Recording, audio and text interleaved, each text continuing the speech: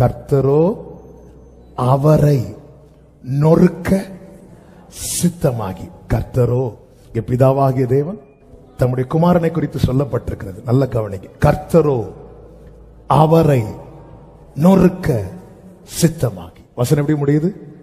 கர்த்தருக்கு சித்தமானது அவர் கையினால் வாய்க்கும். யார் கையினால்? கர்த்தரோ அவரை நொறுக்க சித்தமாகி. கர்த்தரோ அவரை நொறுக்க சித்தமாகி. கர்த்தருக்கு சித்தமானது அவர் கையினால், அவர் கையினால், அவர் கையினால்.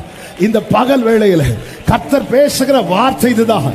உன்னை நொறுக்குவது கர்த்தருக்கு சித்தமானால் அவருக்கு சித்தமான பல காரியங்களை கர்த்தர் உன்னை கொண்டு, உன் கையை கொண்டு கர்த்தர் செய்ய விரும்புகிறார். ஹல்லேலூயா.